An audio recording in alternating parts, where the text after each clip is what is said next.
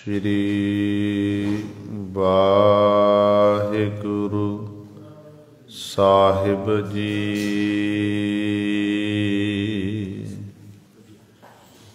दंडौत बंदन अनक बार, सर्व कला समरथ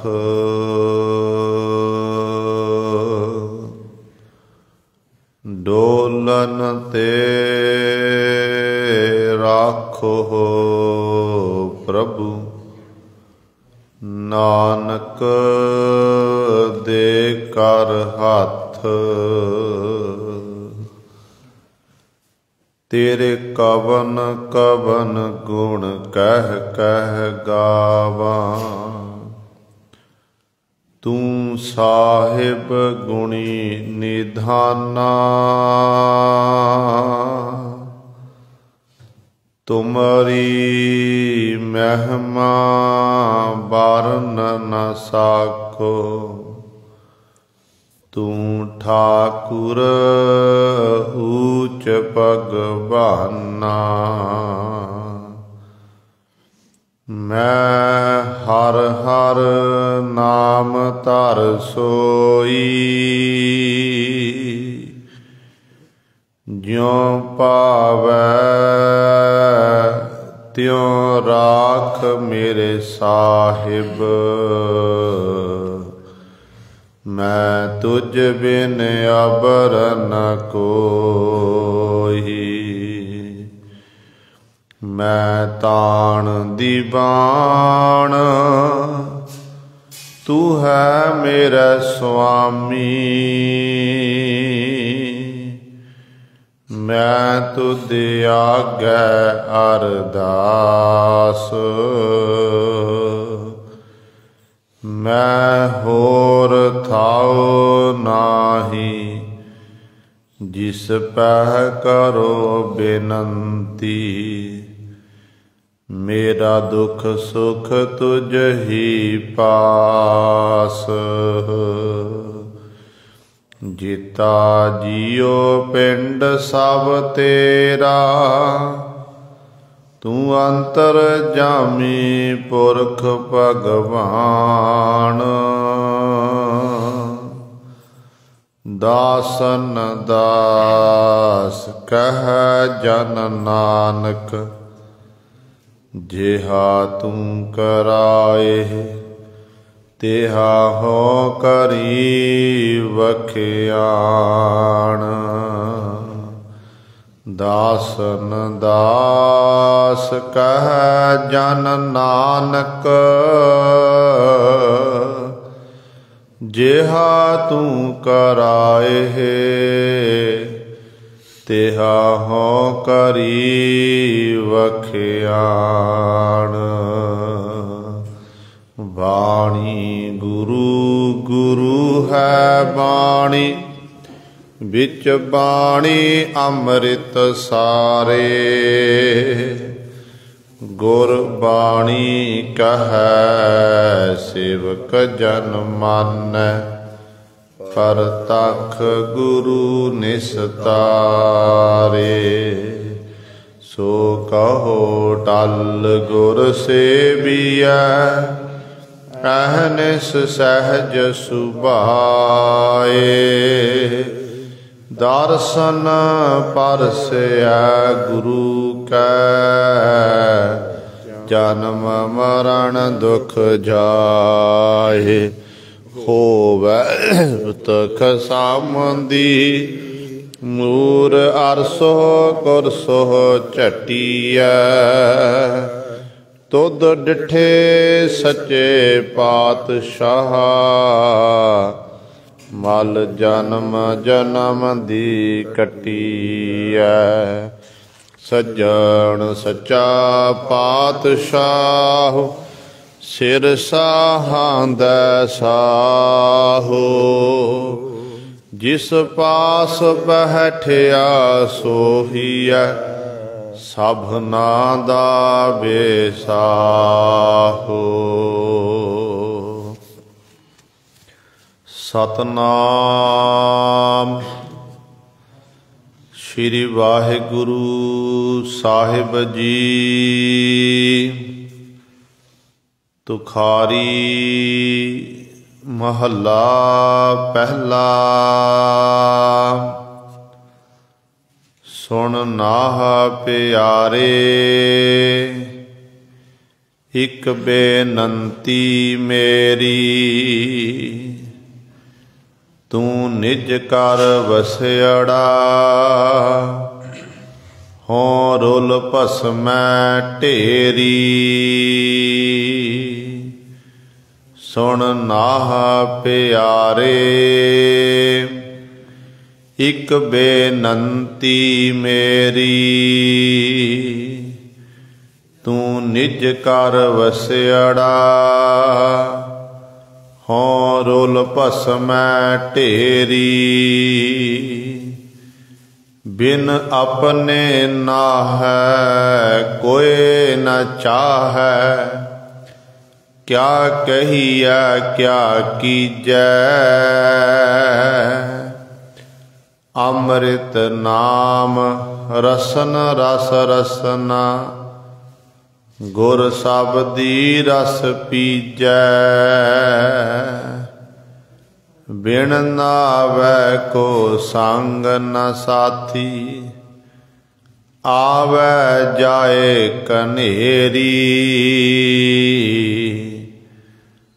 नानक लाहा लै कर जाइयै,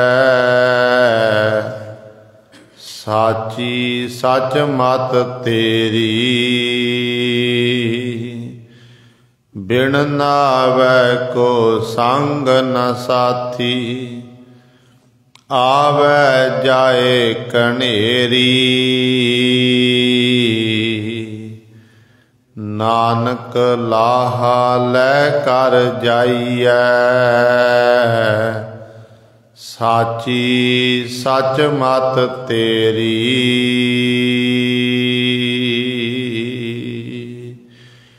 वाहिगुरु जी का खालसा, वाहिगुरु जी की फतेह। परम सन्मानयोग जुगो जुग अटल, चबर छतर तख दे मालक। बाणी के बोहित राजान राज, भानान भान। देवान देव उपमा महान, समरथ गुरु सर्व शक्तिमान। धन धन साहिब श्री गुरु ग्रंथ साहिब, सच्चे सतगुरु जी दी पावन पवित्र निघी गोद अंदर जुड़ बैठे गुरु रूप गुरु सवारे सत संगी जनो। आप जी वडभागे हो जो दशमेश पिता गुरु कलगीधर सतगुरु, बादशाह दरवेश गुरु गोबिंद सिंह। हक हक अंदेश गुरु गोबिंद सिंह। धन धन साहिब श्री गुरु गोबिंद सिंह महाराज जी की चरण छो धरती। महान पवित्र अस्थान गुरुद्वारा मंजी साहिब आलमगीर विखे अमृत वेले तो हाजरियां भर के सत संगत करके सतगुरु महाराज जी दियां खुशियां प्राप्त कर रहे हो। पातशाह जी दे पावन दरबार दे विच अमृत वेले तो सजे हुए दीवाना विच आप जी ने हुणे ही सत्कार जो गुरु घर दे कीर्तनियां पासों श्री आसा जी की वार दे कीर्तन श्रवण कीते हन। सो आओ गुरु सवारियो, समा है जो चल रही लड़ीवार गुरबाणी दी कथा तुखारी राग दे विचों ਗੁਰੂ ਨਾਨਕ ਸਾਹਿਬ ਮਹਾਰਾਜ ਦੇ ਪਾਵਨ ਸ਼ਬਦ ਸੰਤਾਂ ਦੀ ਵਿਚਾਰ ਚੱਲ ਰਹੀ ਹੈ। 1111 ਅੰਕ ਤੇ ਧੰਨ ਗੁਰੂ ਨਾਨਕ ਦੇਵ ਮਹਾਰਾਜ ਜੀ ਪਾਵਨ ਸ਼ਬਦ ਦੇ ਵਿੱਚੋਂ ਦੂਸਰੇ ਬੰਦ ਦੁਆਰਾ ਸਾਨੂੰ ਪਾਵਨ ਉਪਦੇਸ਼ ਬਖਸ਼ਿਸ਼ ਕਰ ਰਹੇ ਹਨ। ਸੋ ਆਓ ਆਪਣੀਆਂ ਮਨ ਬਿਰਤੀਆਂ ਇਕਾਗਰ ਕਰੀਏ, ਧਿਆਨ ਗੁਰੂ ਚਰਨਾਂ ਨਾਲ ਜੋੜੀਏ ਤੇ ਗੁਰੂ ਮਹਾਰਾਜ ਜੀ ਦੇ ਪਾਵਨ ਉਪਦੇਸ਼ ਨੂੰ ਹਿਰਦਿਆਂ ਵਿੱਚ ਵਸਾ ਕੇ ਆਪਣਾ ਜੀਵਨ ਸਫਲਾ ਕਰੀਏ। ਕਰੋ ਸਾਰੇ ਆਪਣੀ ਰਸਨਾ ਪਵਿੱਤਰ ਤੇ ਉਚਾਰਨ ਕਰੋ ਜੀ ਸਤਨਾਮ ਸ਼੍ਰੀ ਵਾਹਿਗੁਰੂ ਸਾਹਿਬ ਜੀ। ਸੁਣ ਨਾਹ ਪਿਆਰੇ ਇਕ ਬੇਨੰਤੀ ਮੇਰੀ। ਧੰਨ ਧੰਨ ਸਾਹਿਬ ਸ਼੍ਰੀ ਗੁਰੂ ਨਾਨਕ ਦੇਵ ਮਹਾਰਾਜ ਬਖਸ਼ਿਸ਼ ਕਰ ਰਹੇ ਹਨ।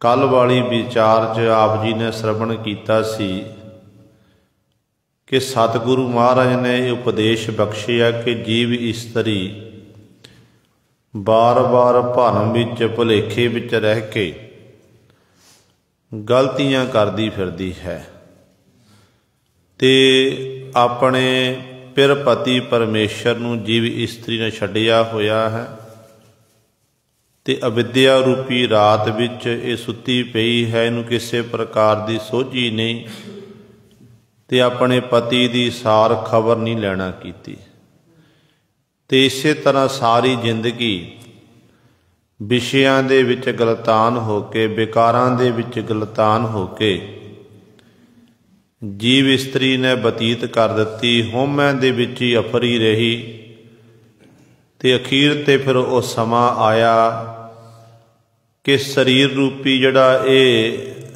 ਪਿੰਜਰਾ ਸੀ, ਇਹਨੂੰ ਛੱਡ ਕੇ ਜੀਵ ਹੰਸ ਸੰਸਾਰ ਤੋਂ ਕੂਚ ਕਰ ਗਿਆ ਤੇ ਪਾਵ ਨੇ ਚਾਲੇ ਪਾ ਦਿੱਤੇ। ਜਿਵੇਂ ਮਾਲਕ ਦਾ ਫਰਮਾਨ ਹੋਇਆ, ਜਿਸ ਸਰੀਰ ਦਾ ਜੀਵ ਫਿਰ ਮਾਣ ਕਰਦਾ ਸੀ, ਕਹਿੰਦੇ ਅਖੀਰ ਤੇ ਫਿਰ ਇਹ ਸਰੀਰ ਭਸਮ ਦੀ ਢੇਰੀ ਬਣ ਗਿਆ, ਸੁਆਹ ਬਣ ਗਿਆ। ਤੇ ਸਤਿਗੁਰੂ ਜੀ ਕਹਿੰਦੇ ਨੇ ਇਸ ਤਰ੍ਹਾਂ ਹੀ ਜੀਵ ਸਾਰੀ ਜ਼ਿੰਦਗੀ ਸੱਚੇ ਪਰਮੇਸ਼ਰ ਦੇ ਨਾਮ ਤੋਂ ਵਿਹੂਣੀ ਹੋਣ ਕਰਕੇ ਇਹ ਜੀਵ ਇਸਤਰੀ ਹਰ ਸਮੇਂ ਬਾਰ-ਬਾਰ ਭੁੱਲਾਂ ਕਰਦੀ ਹੈ, ਗਲਤੀਆਂ ਕਰਦੀ ਹੈ ਤੇ ਅੰਤ ਵੇਲੇ ਫਿਰ ਪਛਤਾਤਾਪ ਕਰਦੀ ਹੈ ਤੇ ਫਿਰ ਪਛਤਾਤਾਪ ਕਰਨ ਦਾ ਕੋਈ ਫਾਇਦਾ ਨਹੀਂ ਹੁੰਦਾ ਹੈ। ਇੱਕ ਮਨੁੱਖ ਆਪਣੇ ਜੀਵਨ 'ਚ ਵਿਚਰਦਿਆਂ ਹੋਇਆਂ ਮਨੁੱਖ ਪਾਸੋਂ ਕੋਈ ਗਲਤੀ ਹੋਈ, ਉਹਨੂੰ ਆਪਣੀ ਗਲਤੀ ਦਾ ਜਿਉਂਦਿਆਂ ਜੀ ਅਹਿਸਾਸ ਹੋ ਜਾਵੇ, ਆਪਣੇ ਕੀਤੇ ਗੁਨਾਹ ਦਾ ਜਿਉਂਦਿਆਂ ਜੀ ਅਹਿਸਾਸ ਹੋਵੇ ਤੇ ਆਪਣੀ ਗਲਤੀ ਨੂੰ ਮੰਨੇ ਕਿ ਮੇਰੇ ਤੋਂ ਵੱਡਾ ਇਹ ਵਜਰ ਪਾਪ ਗੁਨਾਹ ਪਾਪ ਹੋਇਆ ਹੈ ਤੇ ਹੇ ਪਰਮਾਤਮਾ ਮੈਨੂੰ ਆਪ ਜੀ ਬਖਸ਼ਣਾ ਕਰੋ। ਤੇ ਜਦੋਂ ਆਪਣੀ ਕੀਤੀ ਗਲਤੀ ਨੂੰ ਜੀਵ ਮੰਨ ਲਵੇ ਨਾ ਜਿਉਂਦਿਆਂ ਜੀ, ਫਿਰ ਗੁਰੂ ਬਖਸ਼ ਦਿੰਦਾ, ਸਮਾਜ ਬਖਸ਼ ਦਿੰਦਾ ਹੈ। ਤੇ ਇਸੇ ਤਰ੍ਹਾਂ ਗੁਰੂ ਸਵਾਰੇ ਪਰ ਜਦੋਂ ਅੰਤਮ ਸਮਾਂ ਹੀ ਆ ਗਿਆ, ਉਧਰ ਮੌਤ ਨੇ ਦਸਤਕ ਦਿੱਤੀ, ਉਧਰੋਂ ਜੀਵ ਆਖੇ ਕਿ ਮੈਂ ਹੁਣ ਆਪਣੇ ਕੀਤੇ ਗੁਨਾਹਾਂ ਦੀ ਮਾਫੀ ਮੰਗ ਲਵਾਂ ਤੇ ਉਹ ਸਮਾਂ ਫਿਰ ਲੰਘ ਚੁੱਕਾ ਹੁੰਦਾ ਹੈ। ਤੇ ਇਹ ਵਿਚਾਰ ਆਪ ਜੀ ਨੇ ਕੱਲ ਵਾਲੇ ਦੀਵਾਨਾ ਸਰਵਣ ਕੀਤੀ ਸੀ ਤੇ ਗੁਰੂ ਨਾਨਕ ਸਾਹਿਬ ਮਹਾਰਾਜ ਹੁਣ ਅੱਜ ਦੇ ਦੂਜੇ ਬੰਦ ਦੁਆਰਾ ਜੀਵ ਇਸਤਰੀ ਨੂੰ ਉਸ ਮਾਲਕ ਪ੍ਰਭੂ ਦੇ ਚਰਨਾਂ ਵਿੱਚ ਬੇਨਤੀ ਕਰਨ ਦਾ ਤਰੀਕਾ ਦੱਸਦੇ ਨੇ ਕਿ ਕਿਵੇਂ ਉਸ ਮਾਲਕ ਦੇ ਚਰਨਾਂ 'ਚ ਬੇਨਤੀ ਕਰਨੀ ਹੈ ਤੇ ਪ੍ਰਭੂ ਨੇ ਬੇਨਤੀ ਪ੍ਰਵਾਨ ਕਰਕੇ ਤੈਨੂੰ ਕਿਵੇਂ ਨਿਵਾਜਣਾ ਹੈ। ਤੇ ਸਤਿਗੁਰੂ ਜੀ ਆਰੰਭਤਾ ਵਿੱਚ ਬਚਨ ਕਰਦੇ, ਕਹਿੰਦੇ ਸੁਣ ਨਾਹ ਪਿਆਰੇ। ਨਾਹ ਦਾ ਅਰਥ ਹੈ ਪਤੀ, ਦੁਨਿਆਵੀ ਪਤੀ ਨਹੀਂ, ਪਰਮੇਸ਼ਰ ਰੂਪੀ ਪਤੀ। कहंदे हे सुन नाह प्यारे, हे प्यारे पति आप जी सुनो। की सुनो? एक बेनंती मेरी, तुहाडे कोल मेरी एक बेनंती बेनती है, बेनती अरदास। तुहाडे चरनां च मेरी एक अरदास है, बेनती है। ते बेनती च मंगिया की है? कहंदे तू निज कर वसियाड़ा, हों रुल भस्मै ढेरी। हे पति परमेश्वर, तू निज घर स्वरूप रूपी घर विच, तू अपने घर दे विच तेरा वासा है, तू तो आनंद दे सहित रह रहा है। पर मैं जीव इस्तरी, मेरी हालत इहो जी हुई है, मैं थावां थावां ते हों मैं रुलदी फिरदी हाँ। सारी जिंदगी कदे इधर नूं चले गए उधर नूं चले, भटकणां दे विच रही। कहंदे अखीर ते रुलदियां मेरी उत्थों तक मैं पहुँच गई। अंत वेले कहंदे मेरे शरीर दी भस्म दी ढेरी बन गई। हे परमात्मा, तू मेरी बेनती प्रवान करके मैनू एक बारी मिलना कर। मैं तेरा मिलाप नूं लोचदी हाँ, मेरे उत्ते ये बख्शिश करना कर। पावन शब्द दे विच गुरदेव पिता जी ने ਇਹ ਜਿਹੜਾ ਹਿਰਦੇ ਅੰਦਰ ਜੀਵ ਇਸਤਰੀ ਦੇ ਪਤੀ ਦੇ ਪਥਾਏ ਪ੍ਰੇਮ ਪੈਦਾ ਹੋਣਾ, ਤਾਂਘ ਪੈਦਾ ਹੋਣੀ, ਉਸ ਤੜਫ ਨੂੰ ਸਤਿਗੁਰੂ ਜੀ ਨੇ ਬਿਆਨ ਕੀਤਾ ਹੈ। ਜਿਵੇਂ ਆਪਾਂ ਪੰਜਵੇਂ ਗੁਰਦੇਵ ਧੰਨ ਗੁਰੂ ਅਰਜਨ ਦੇਵ ਮਹਾਰਾਜ ਦੇ ਬਚਨ ਪੜ੍ਹਦੇ ਆ ਨਾ, ਸਤਿਗੁਰੂ ਕਹਿੰਦੇ ਨੇ ਉਮਕਿਓ ਹੀਓ ਮਿਲਣ ਪ੍ਰਭ ਤਾਈ, ਖੋਜਤ ਚਰਿਓ ਦੇਖੋ ਪ੍ਰਿਆ ਜਾਈ, ਸੁਣਤ ਸੰਦੇਸਰੋ ਪ੍ਰਿय ਗ੍ਰਹਿ ਸੇਜ ਵਿਛਾਈ, ਭ੍ਰਮ ਭ੍ਰਮ ਆਇਓ ਤੋ ਨਦਰ ਨ ਪਾਈ, ਕਿਨ ਬਿਦ ਹੀਰੋ ਧੀਰੈ ਨਿਮਾਨੋ, ਮਿਲ ਸਾਜਨ ਹੋ ਤੁਝ ਕੁਰਬਾਨੋ। ਪਾਵਨ ਸ਼ਬਦ ਵਿੱਚ ਗੁਰਦੇਵ ਪਿਤਾ ਜੀ ਨੇ ਇੱਕ ਜਗਿਆਸੂ ਜਿਹੜਾ ਹੈ, ਜਗਿਆਸੂ ਜੀਵ ਇਸਤਰੀ ਪਤੀ ਪਰਮੇਸ਼ਰ ਦੇ ਚਰਨਾਂ 'ਚ ਬੇਨਤੀ ਕਰਦੀ ਹੈ। ਉਹ ਬੇਨਤੀ ਕਰਨ ਦਾ ਤਰੀਕਾ ਸਤਿਗੁਰੂ ਨੇ ਸਾਨੂੰ ਸਮਝਾਇਆ। ਸਤਿਗੁਰੂ ਕਹਿੰਦੇ ਹੇ ਜੀਵ ਇਸਤਰੀ, ਇਸ ਤਰੀਕੇ ਨਾਲ ਉਸ ਮਾਲਕ ਦੇ ਚਰਨਾਂ 'ਚ ਬੇਨਤੀ ਕਰਕੇ ਪਰਮਾਤਮਾ ਉਮਕੀ ਹੋ, ਮੇਰੇ ਹਿਰਦੇ ਅੰਦਰ ਉਮੰਗ ਪੈਦਾ ਹੋਈ, ਮੇਰੇ ਹਿਰਦੇ ਅੰਦਰ ਤੜਫ ਪੈਦਾ ਹੋਈ। ਇੱਕ ਮੈਂ ਲੋਚ ਰੱਖੀ, ਮਨ 'ਚ ਇੱਛਾ ਰੱਖੀ ਕਿ ਮੈਂ ਆਪਣੇ ਪਤੀ ਪਰਮੇਸ਼ਰ ਨੂੰ ਜਾ ਕੇ, ਪ੍ਰਭੂ ਨੂੰ ਜਾ ਕੇ ਮਿਲਣਾ ਕਰਾਂ। ਤੇ ਪ੍ਰਭੂ ਨੂੰ ਲੱਭਣ ਵਾਸਤੇ ਫਿਰ ਮੈਂ ਤੁਰ ਪਈ ਆਪਣੇ ਘਰੋਂ। ਖੋਜਤ ਚਰਿਓ ਦੇਖੋ ਪ੍ਰਿਆ ਜਾਈ, ਮੈਂ ਲੱਭਣ ਗਈ, ਇੱਧਰ ਚਲੀ, ਕਦੇ ਪਹਾੜਾਂ ਉੱਤੇ ਚਲੀ ਗਈ, ਕਦੇ ਮੈਂ ਗੁਫਾਵਾਂ ਜਾ ਕੇ ਬੈਠ ਗਈ, ਕਦੇ ਮੈਂ ਤੀਰਥਾਂ ਦੇ ਕਿਨਾਰੇ ਜਾ ਕੇ ਬੈਠ ਗਈ, ਨਦੀਆਂ ਦਰਿਆਵਾਂ ਦੇ ਕਿਨਾਰੇ, ਕਿ ਸ਼ਾਇਦ ਮੈਨੂੰ ਰੱਬ ਇੱਥੋਂ ਮਿਲ ਜਾਵੇ। ਪਰ ਕਹਿੰਦੇ ਕਿਤੋਂ ਮੈਨੂੰ ਮਿਲਿਆ ਨਹੀਂ। ਥਾਵਾਂ ਥਾਵਾਂ ਤੇ ਲੱਭਿਆ। ਖੋਜਤ ਚਰਿਓ ਦੇਖੋ ਪ੍ਰਿਆ ਜਾਈ, ਤਾਂ ਕਿ ਮੈਨੂੰ ਮੇਰਾ ਪਤੀ ਪਰਮੇਸ਼ਰ ਮਿਲ ਜਾਵੇ। ਇਸ ਤਰ੍ਹਾਂ ਲੱਭਦੀ ਰਹੀ, ਪਰ ਇਸ ਖੋਜ ਨਾਲ, ਸੰਭਾਲ ਦੇ ਨਾਲ ਪਤੀ ਨਹੀਂ ਮਿਲਣਾ। ਗੁਰੂ ਸਵਾਰਿਓ, ਪਤੀ ਨੂੰ ਮਿਲਣ ਦੇ ਲਈ ਸਾਨੂੰ ਆਪਣੇ ਅੰਦਰ ਦੀ ਖੋਜ ਚਾਹੀਦੀ ਹੈ। ਸਾਨੂੰ ਆਪਣੇ ਅੰਦਰ ਝਾਤ ਮਾਰਨੀ ਪਵੇਗੀ, ਅੰਦਰ ਪ੍ਰਵੇਸ਼ ਕਰਨਾ ਪਵੇਗਾ। ਫਿਰ ਸਾਨੂੰ ਉਸ ਪਤੀ ਪਰਮੇਸ਼ਰ ਨਾਲ ਸਾਡਾ ਮਿਲਾਪ ਹੋ ਸਕਦਾ ਹੈ। ਰੱਬ ਨੂੰ ਦੇਖਣਾ ਇਹ ਬਾਹਰ ਦੀ ਖੇਡ ਨਹੀਂ ਹੈ। ਸੰਸਾਰ ਵਿੱਚ ਵਿਚਰਦਿਆਂ ਹੋਇਆਂ ਆਪਾਂ ਕੀ ਰੱਬ ਨੂੰ ਦੇਖੀਏ, ਰੱਬ ਦੀ ਬਣਾਈ ਹੋਈ ਕੁਦਰਤ ਨੂੰ ਆਪਾਂ ਦੇਖ ਸਕਦੇ ਹਾਂ, ਉਹਨੂੰ ਮਹਿਸੂਸ, ਕੁਦਰਤ ਨੂੰ ਦੇਖ ਕੇ ਪ੍ਰਮਾਤਮਾ ਨੂੰ ਮਹਿਸੂਸ ਕੀਤਾ ਜਾ ਸਕਦਾ ਹੈ। ਪਰ ਜੇ ਰੱਬ ਨੂੰ ਦੇਖਣਾ ਹੈ, ਵਾਹਿਗੁਰੂ ਨੂੰ ਦੇਖਣਾ ਹੈ, ਫਿਰ ਸਾਨੂੰ ਆਪਣੇ ਅੰਦਰ ਦੀ ਪਹਿਚਾਣ ਹੋਣੀ ਚਾਹੀਦੀ ਹੈ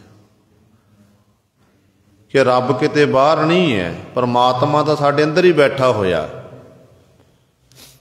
ਕਹਿੰਦੇ ਨੇ परमात्मा जीव दे अंदर क्यों बैठा, कारण की सी। संत बाबा गुरबचन सिंह जी भिंडरां वाले महापुरख एक गाथा सुणाते हुंदे सी। कहंदे पुरातन समयां विच जदों जीव परमात्मा की इबादत करदा सी, जणा खणा परमात्मा लभ लैंदा सी कि परमात्मा ने सोचिया कि मैं जिथे जांदा ते जीव उत्थे आके पहुँच जांदा। कहंदे परमात्मा पर्वतवासी बन गया, परमात्मा पहाड़ां उत्ते जाके बैठ गया ते जीव ने अपना डेरा पहाड़ां उत्ते जाके ला लिया, उत्थे जाके रब नूं लभ लिया। फिर कहंदे परमात्मा गुफा दे विच जाके बैठ गया, गुफावां जाके बैठ गया कि शायद इत्थे जीव नहीं पहुंचेगा। पर हालात कैसे बने कि हालात कैसे बने कि जिहड़ा रब है, रब नूं कहंदे जीवां ने कहंदे गुफावां जाके उत्थे जाके लभ लिया। फिर रब कहंदे तीर्थां ते जाके बैठे आ, नदियां दरियावां दे किनारां ते जाके बैठ गए आ कि इत्थे जीव नहीं पहुँचणगे, तो जीव ने उत्थे जाके लभ लिया। फिर परमात्मा ने ये विचार कीती कि इहो जी किहड़ी थां होवे जिथे जाके मैं लुक के छिप के बैठ जावां ते दुनिया दे लोक मैं लभदे रहण पर मैं किसे नूं लभा ना। कहंदे उदों वाहिगुरू परमात्मा ने ये खेड़ वरताई, खेड़ वरता के परमात्मा जीव दे हिरदे अंदर जाके बैठ गया। तू हिरदै गुप्त बसह दिन राती, तेरा भाव ना बूझ है गवारी। बेसमझ जीव कहंदे इस तरह उन्होंने परमेश्वर नूं जान नहीं सकिया।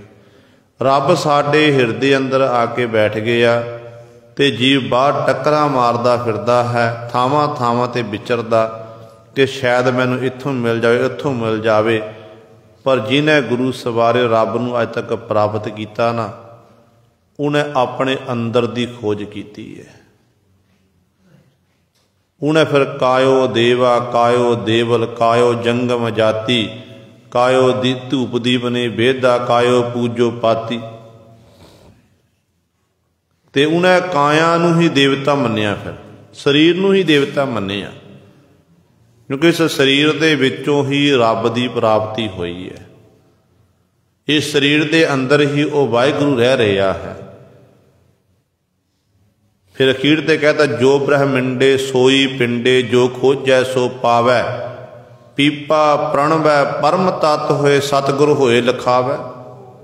भगत पीपा जी के बचन ने। कहते जो ब्रह्मंड दे विच है, जो आप संसार विच देख रहे हैं, ते भगत जी कहते सोई पिंडे, उही कहते ऐ बंदे तेरे शरीर दे विच है, उही ब्रह्मंड शरीर समाज। जिन्हें खोज कर ली उन्हें फिर उस रब नूं परमात्मा नूं हिरदे रूपी घर दे विचों प्राप्त कर लिया। इस करके गुरु सवारियो रब जिहड़ा खोजण दा विशा है, खोज करन लई सानू अपने अंदर दी झात, अंदर झात मारन, अंदर जाना पवेगा। इन्हां नेत्रां दे राहीं आपां संसार नूं देख सकते हैं। जिहड़े सानू नेत्र मिले ने ना, नेत्रां राहीं आपां संसार नूं देख सकते हैं, सारे संसार नूं देख सकते हैं। पर कदे इन्हां नेत्रां राहीं असीं अपना रूप नहीं देख सकते। जे सोचीए ना कि अपने नेत्रां असीं अपना रूप देख लीए, आपां अपना रूप नहीं देख सकते या मुख नहीं देख सकते। हाँ जे आपां दर्पण अगे शीशे अगे जाके खलो जाइए, शीशे में साडा अक्स जिहड़ा है आपां अपने रूप चेहरे नूं देख सकते हैं। पर इन्हां नेत्रां राहीं आपां अपना मुख नहीं देख सकते। इसे तरह ही परमेश्वर नूं देखण वाले नेत्र भी वखरे हन, वो ये नेत्र नहीं हन। वो नेत्र ने ज्ञान रूपी नेत्र, वो नेत्र ने ਜਿਹੜੇ ਸਾਡੇ ਗੁਰੂ ਨੇ ਸਾਡੇ ਅੰਦਰ ਗਿਆਨ ਦਾ ਦੀਵਾ ਜਗਾਣਾ, ਉਹਦੇ ਰਾਹੀਂ ਆਪਾਂ ਆਪਣੇ ਅੰਦਰ ਬੈਠੇ ਹੋਏ ਉਸ ਪਰਿਪੂਰਨ ਪਰਮਾਤਮਾ ਨੂੰ, ਵਾਹਿਗੁਰੂ ਨੂੰ ਲੱਭ ਸਕਦੇ ਹਾਂ। ਨਹੀਂ ਤਾਂ ਫਿਰ ਜੀਵ ਭਟਕਣਾ ਦੇ ਵਿੱਚ ਹੀ ਰਹੇਗਾ।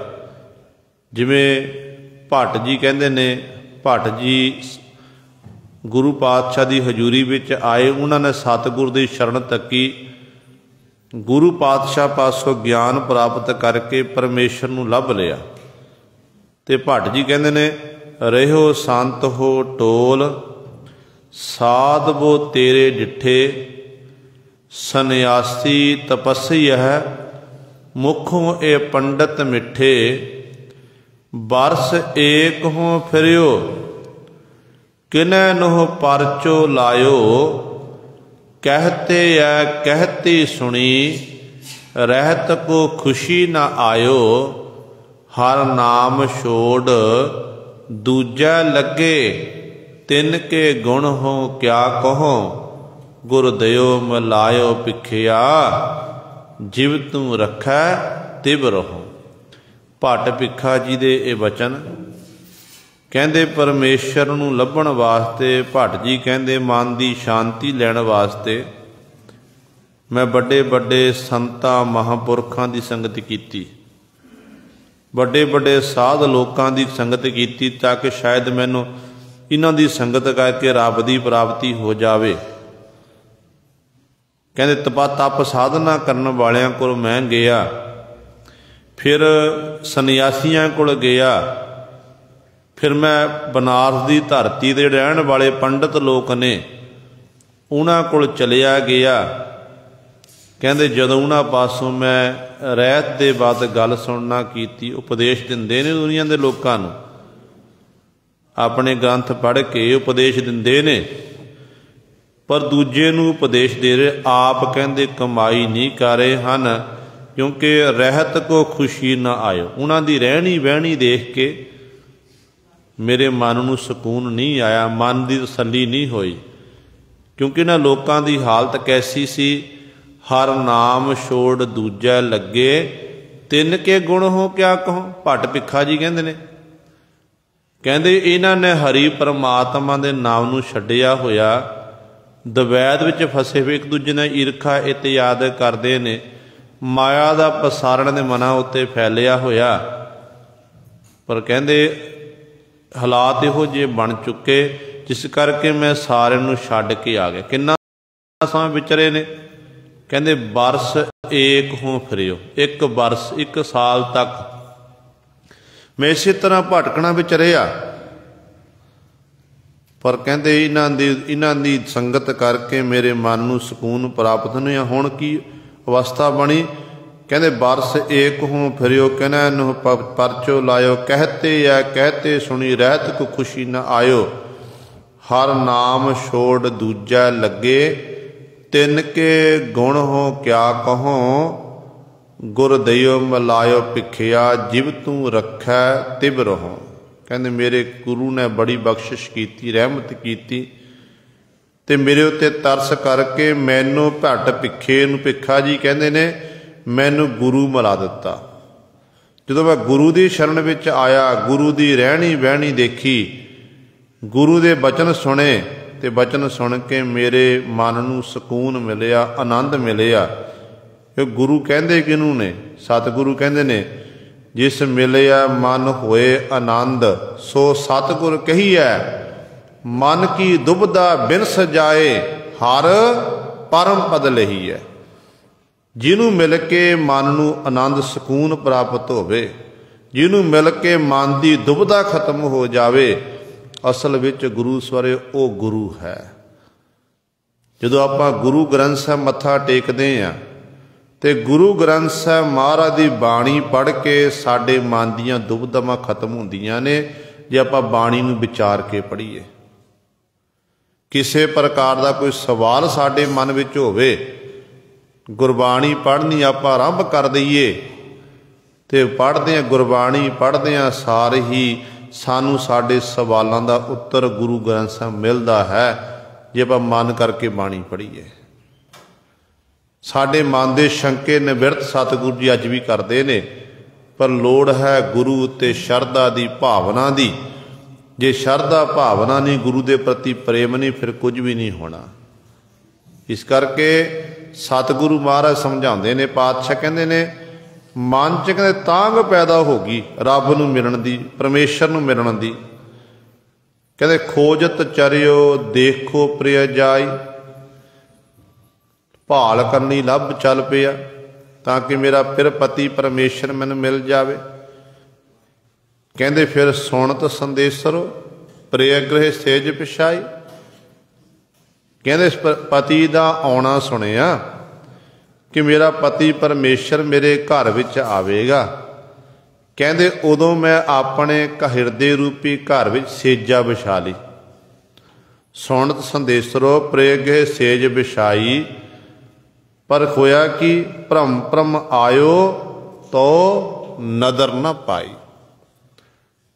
ਮੈਂ ਥਾਵਾਂ ਥਾਂ ਦੇ ਭਟਕਦੀ ਰਹੀ, ਸੇਜਾ ਵਿਛੀ ਹੋਈ ਹੈ, ਉਡੀਕ ਕਰ ਰਹੀ ਸੀ ਕਿ ਇਸ ਸੇਜਾ ਉੱਤੇ ਮੇਰਾ ਪਤੀ ਪਰਮੇਸ਼ਰ ਆਵੇਗਾ। ਪਰ ਮੈਨੂੰ ਮੇਰਾ ਪਤੀ ਪਰਮੇਸ਼ਰ ਕਿਤੋਂ ਦਿਖਾਈ ਨਹੀਂ ਦਿੱਤਾ। ਮੈਂ ਥਾਵਾਂ ਥਾਵਾਂ ਤੇ ਇਸ ਤਰ੍ਹਾਂ ਦੇਖਦੀ ਰਹੀ। ਹੁਣ ਮੈਂ ਆਪਣੇ ਮਨ ਨੂੰ ਧੀਰਜ ਕਿਵੇਂ ਦੇਣਾ ਕਰਾਂ। ਕਿਨ ਬਿਦ ਹੀਰੋ ਧੀਰੈ ਨਿਮਾਨੋ, ਮਿਲ ਸਾਜਨ ਹੋ ਤੁਝ ਕੁਰਬਾਨੋ। ਕਹਿੰਦੇ ਹੁਣ ਆਪਣੇ ਮਨ ਨੂੰ ਮੈਂ ਧੀਰਜ ਕਿਵੇਂ ਦੇਵਾਂ ਜਦੋਂ ਮੇਰਾ ਪਤੀ ਪਰਮੇਸ਼ਰ ਨਾਲ ਮਿਲਾਪ ਹੀ ਨਹੀਂ ਹੋਇਆ।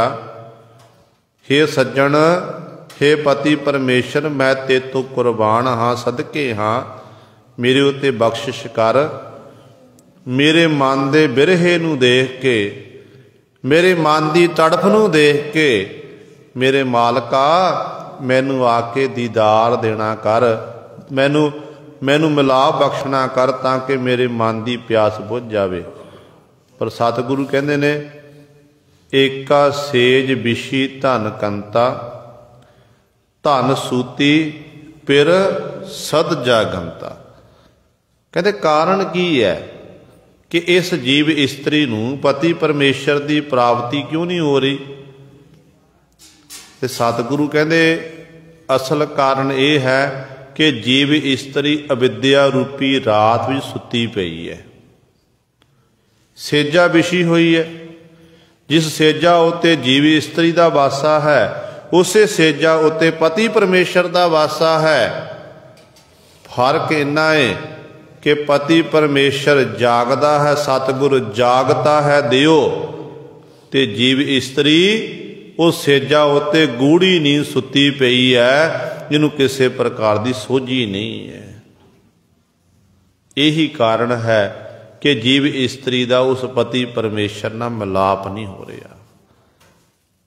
ਤੇ ਗੁਰੂ ਸਾਹਿਬਾਨ ਜੀ ਇਹੀ ਬਚਨ ਕਰਦੇ ਨੇ, ਤੂੰ ਨਿਜ ਕਰ ਵਸਿਆੜਾ ਹੋਂ ਰੁੱਲ ਭਸਮੈ ਢੇਰੀ।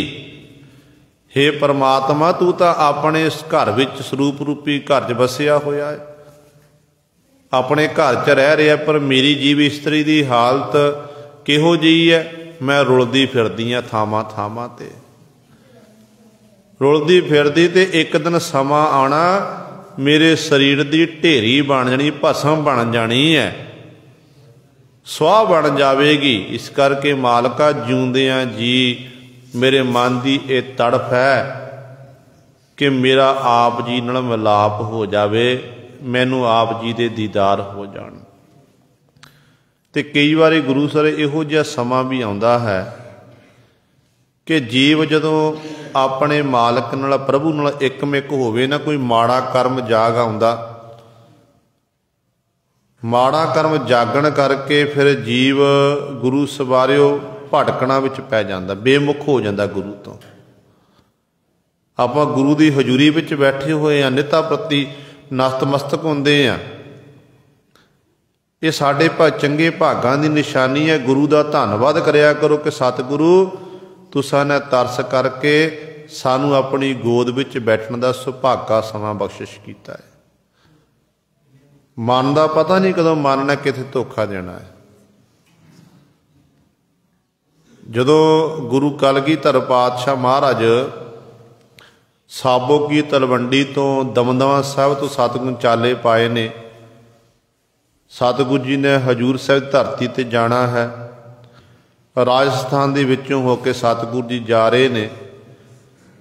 ਉਦੋਂ ਭਾਈ ਭਗਤੂ ਜੀ ਦੇ ਪਰਿਵਾਰ ਦੇ ਵਿੱਚੋਂ ਭਾਈ ਰਾਮ ਸਿੰਘ ਗੁਰੂ ਕਲਗੀਧਰ ਪਾਤਸ਼ਾਹ ਦੇ ਨਾਲ ਜਾ ਰਹੇ ਆ ਦੱਖਣ ਵੱਲ।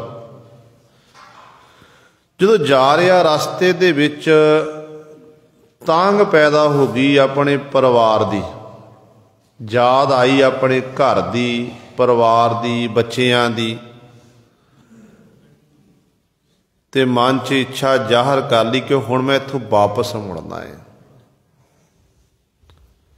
ਕਹਿੰਦੇ ਜਦੋਂ ਸਤਿਗੁਰੂ ਜੀ ਘੋੜੇ ਉੱਤੇ ਸਵਾਰ ਨਾਲ ਸੂਰਮੇ ਸਿੰਘ ਨੇ, ਸਤਿਗੁਰੂ ਅੱਗੇ ਅੱਗੇ ਜਾ ਰਹੇ ਨੇ ਤੇ ਭਾਈ ਰਾਮ ਸਿੰਘ ਨੇ ਆਪਣਾ ਘੋੜਾ ਹੌਲੀ ਕਰ ਲਿਆ। ਘੋੜਾ ਹੌਲੀ ਕੀਤਾ, ਪੈਰ ਪਿਛਾਂਹ ਨੂੰ ਖਿੱਚਦਾ, ਤੇ ਸਿੰਘਾਂ ਦੀ ਨਿਗਾਹ ਪੈ ਗਈ। ਸਿੰਘ ਕਹਿਣ ਲੱਗੇ ਕਲਗੀਧਰ ਪਾਤਸ਼ਾਹ ਵੱਲ ਕਿ ਸਤਿਗੁਰੂ ਜੀ ਰਾਮ ਸਿੰਘ ਪਿੱਛੇ ਨੂੰ ਹੁੰਦਾ ਏ, ਪਿਛਾਂਹ ਨੂੰ ਮੁੜਦਾ ਏ। ਕਹਿੰਦੇ ਨੇ ਇੱਕ ਕੋਹ ਦੀ ਦੂਰੀ ਤੇ ਇਹ ਵਾਪਸ ਮੁੜ ਵੀ ਗਿਆ।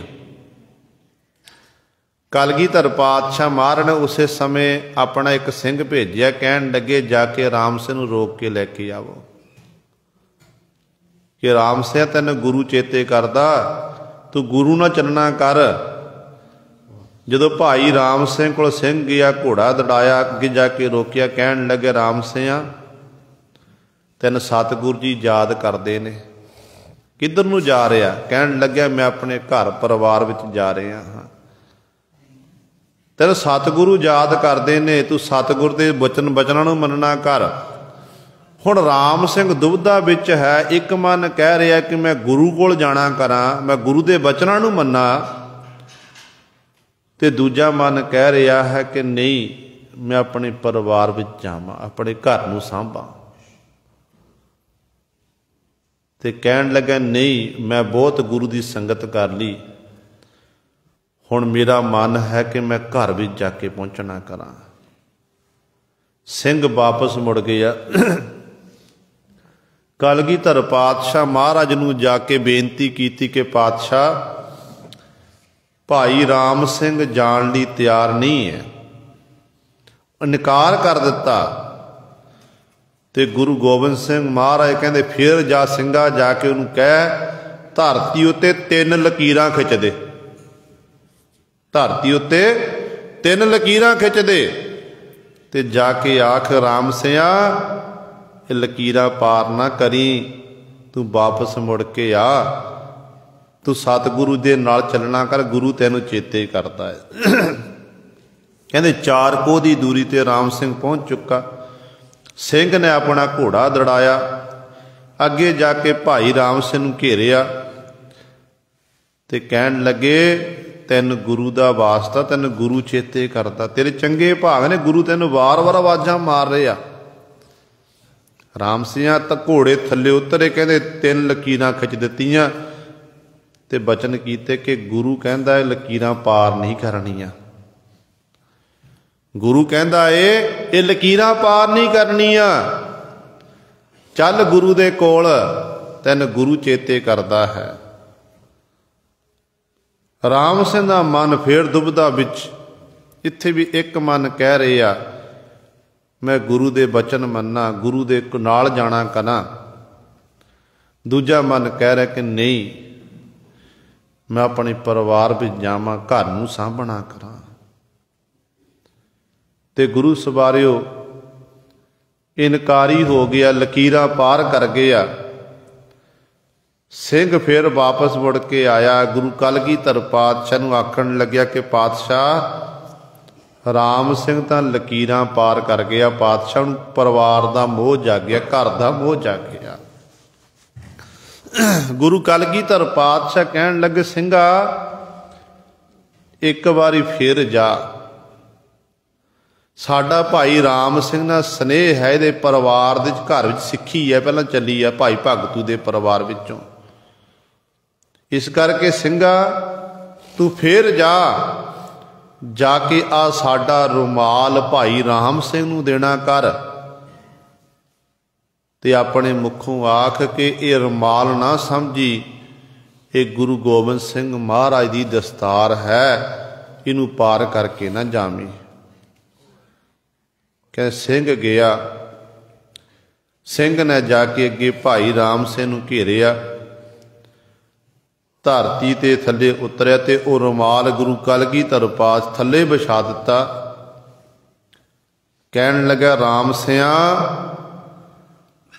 ये रुमाल नहीं, ये कपड़ा नहीं है 2 गज का, ये गुरु गोबिंद सिंह महाराज की दस्तार है। सतगुरु कलगीधर पातशाह ने आख्या है कि गुरु गोबिंद सिंह महाराज आखदे ने कि तू वापस मुड़ के आ।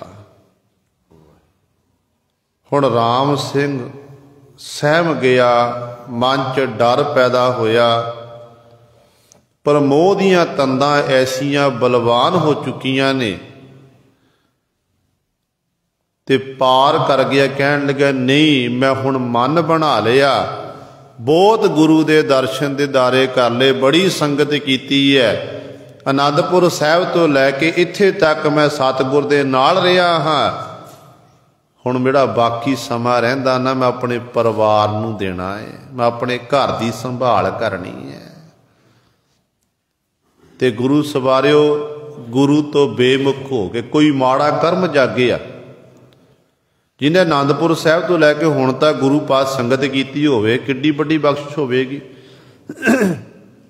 कोई माड़ा इहो जिहा कर्म जागिया कि अज उस रुमाल नूं भी पार कर गया, परवाह नहीं की गुरु पातशाह दी। ते सिंह वापस मुड़ के आया कि सतगुरु भाई राम सिंह नहीं मुड़िया, कहंदा मैं अपना घर संभालना जाके, मेरे बच्चे ने, मेरा परिवार है, मेरी खेती बाड़ी है। ते गुरु गोबिंद सिंह महाराज कहन लगे अकाल पुरख की ही मर्जी है भाई। कहंदे सतगुरु ने मुखों बचन कीते सी, कहन लगे कि घर तां भाई भगतू जी दा है, साडे बड़े वडेरियां नाल भाई भगतू जी जुड़े हुए सन, सिੱਖੀ कमाई उन्होंने। कहंदे घर तां उन्हां दा है, घर तां गुरु नानक साहब महाराज आप ही संभालणगे, पर राम सिंह बेमुख हो के गया है। अज कहंदे घर दा मोह मन जागिया, कहंदे कंधां नूं टक्करा मार मार के अपने शरीर नूं छड्डेगा, ये पागल हो जाएगा। सुते सिद्ध पातशाह ने, क्योंकि सतगुरु अगे हो नहीं दिख रही सी, असल विच पातशाह जानते सन कि भाई राम सिंह दा अंतिम समा आ रहा है, जे साडे नाल इह रहेगा तो इन्हें आनंदपुर साहिब तो हुण तक साडी संगत कीती है, ते असीं साडे कोल रहेगा तो जीवन सफला होवेगा। पर इहो जिहा कर्म जागिया ते गुरु सवारियो, जो भाई राम सिंह घर दे विच आए ना, बार बार गुरु पातशाह दे जिहड़े बचन सी वो याद आना कि गुरु ने मैनूं 3 बारी रोकिया, 3 बारी सतगुरु ने सिंह भेजे आ, फिर लकीरां खिच्चियां, फिर पातशाह ने एक रुमाल भेजे आ, वो सारियां सारे बचन सिंह आखदा सी वो याद आ रहे ने। ते इस तरह मन दे उत्ते ऐसा बोझ पिया, तेनू अपने आप की सोझी नहीं रही,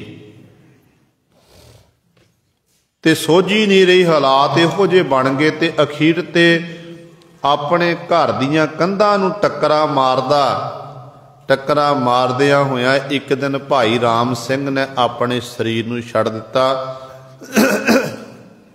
भाई राम सिंह की मौत हुई, भाई राम सिंह की मौत हुई, बेमुख होके संसार तो कूच कर गया। ते भाई राम सिंह का भरा सी भाई फतेह सिंह, भाई राम सिंह का भरा सी भाई फतेह सिंह। जदों ने देखिया कि मेरा भरा इस तरह गुरु तो बेमुख होके आया है, इन्हें ये माड़ा कर्म किया, साडी कुल नूं ये दाग लग्या है, मैं ये दाग नूं धोना है। ते फिर गुरु सवारे जदों बाबा बंदा सिंह बहादुर जी जो बाबा बंदा सिंह बहादुर नूं सतगुरु गुरु कलगीधर पातशाह महाराज ने खंडे बाटे दी पोल दित्ती, त्यार बर त्यार कीता, पंजाब वल नूं ਤੋਰਿਆ ਏ।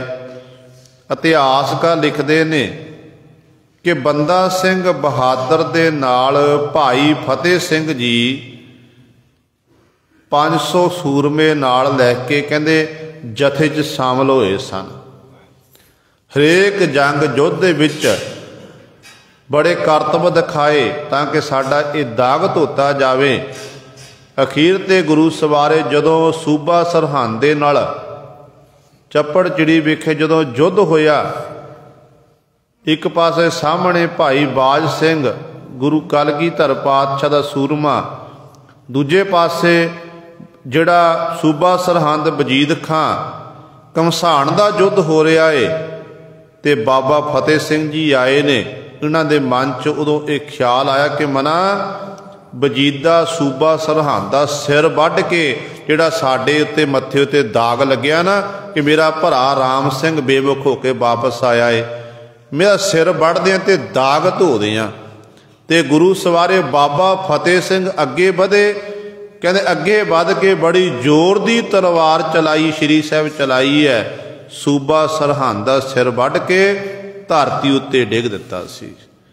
ते गुरु सवारिओ इस तरीके दे नाल जिहड़ा वो दाग लग्या सी, उस दाग नूं फिर भाई फतेह सिंह ने भाई राम सिंह दे भरा ने धोना कीता, जो भाई भगतू दी कुल दे विच सन। सो कहण दा भाव है कई वारी इहो जिहा बंदे दा कोई माड़ा कर्म जाग आउंदा, सारी जिंदगी गुरु दे कोल रहना, गुरु की संगत करनी, गुरु की कथा कहानियां सुननियां सुनानियां, चंगे कर्म करने, सेवावां करनियां, पर कोई माड़ा कर्म जाग आउंदा ते फिर इस तरह की खेड़ी वरत जाती है।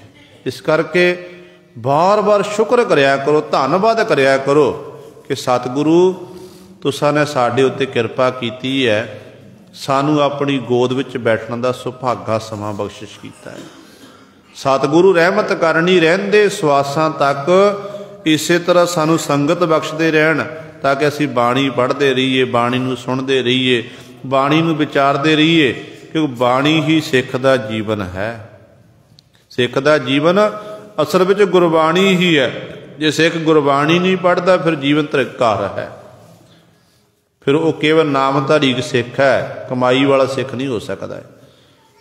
सो सतगुरु महाराज बचन करते हैं, इत्थे सानू बेनती करन तरीका दसदे ने, कहंदे ने तू निज कर बसियाड़ा हों रुल भस्मै ढेरी, सुण नाह प्यारे एक बेनंती मेरी।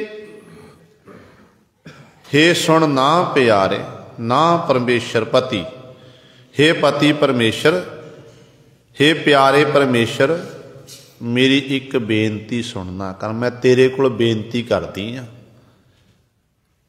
तू निज घर वसियाड़ा, तू तो अपने स्वरूप रूपी घर विच, तेरा वासा है तो अपने घर विच बैठा होया है आनंदे सहित, पर मेरी जीव इस्त्री की हालत कैसी है, हों रुल, हों मैं रुलदी फिरदी हाँ।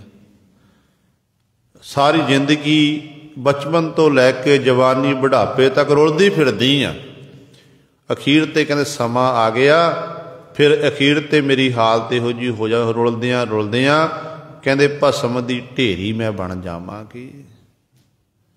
मेरे मालका जिउंदियां जी तू मैनू मिलना कर, मेरे मन की ये तांग पूरी करना कर। बिन अपने ना है कोई न चाहे, क्या कहिए क्या कीजै। बिन अपने ना है, अपने ना है भाव पति परमेश्वर तो बिना, कहते कोई ना चाहे, कोई भी मैनू चाहण वाला नहीं है, प्रेम करने वाला नहीं है।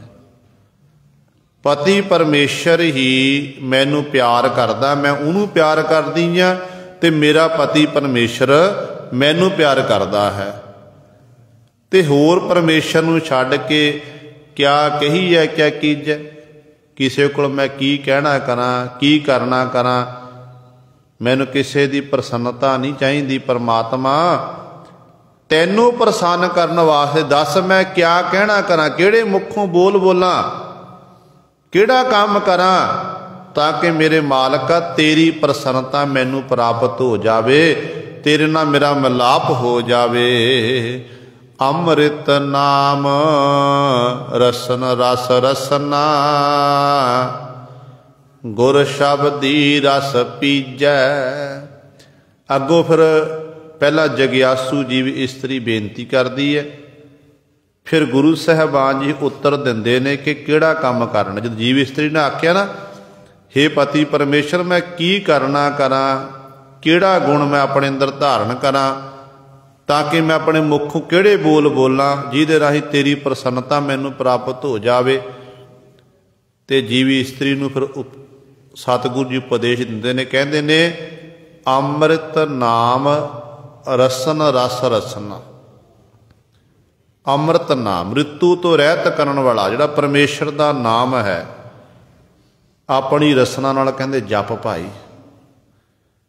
ਗੁਰ ਸ਼ਬਦੀ ਰਸ, ਗੁਰੂ ਦੇ ਸ਼ਬਦ ਦਾ ਰਸ ਪੀਣਾ ਕਰ, ਇਹ ਖੁਰਾਕ ਤੂੰ ਛਕਣਾ ਕਰ, ਤੇ ਇਹ ਨਾਮ ਰੂਪੀ ਰਸ ਤੂੰ ਛਕੇਗੀ, ਕਹਿੰਦੇ ਫਿਰ ਤੈਨੂੰ ਤੇਰਾ ਮੇਰੇ ਨਾਲ ਮਿਲਾਪ ਹੋ ਸਕਦਾ ਹੈ।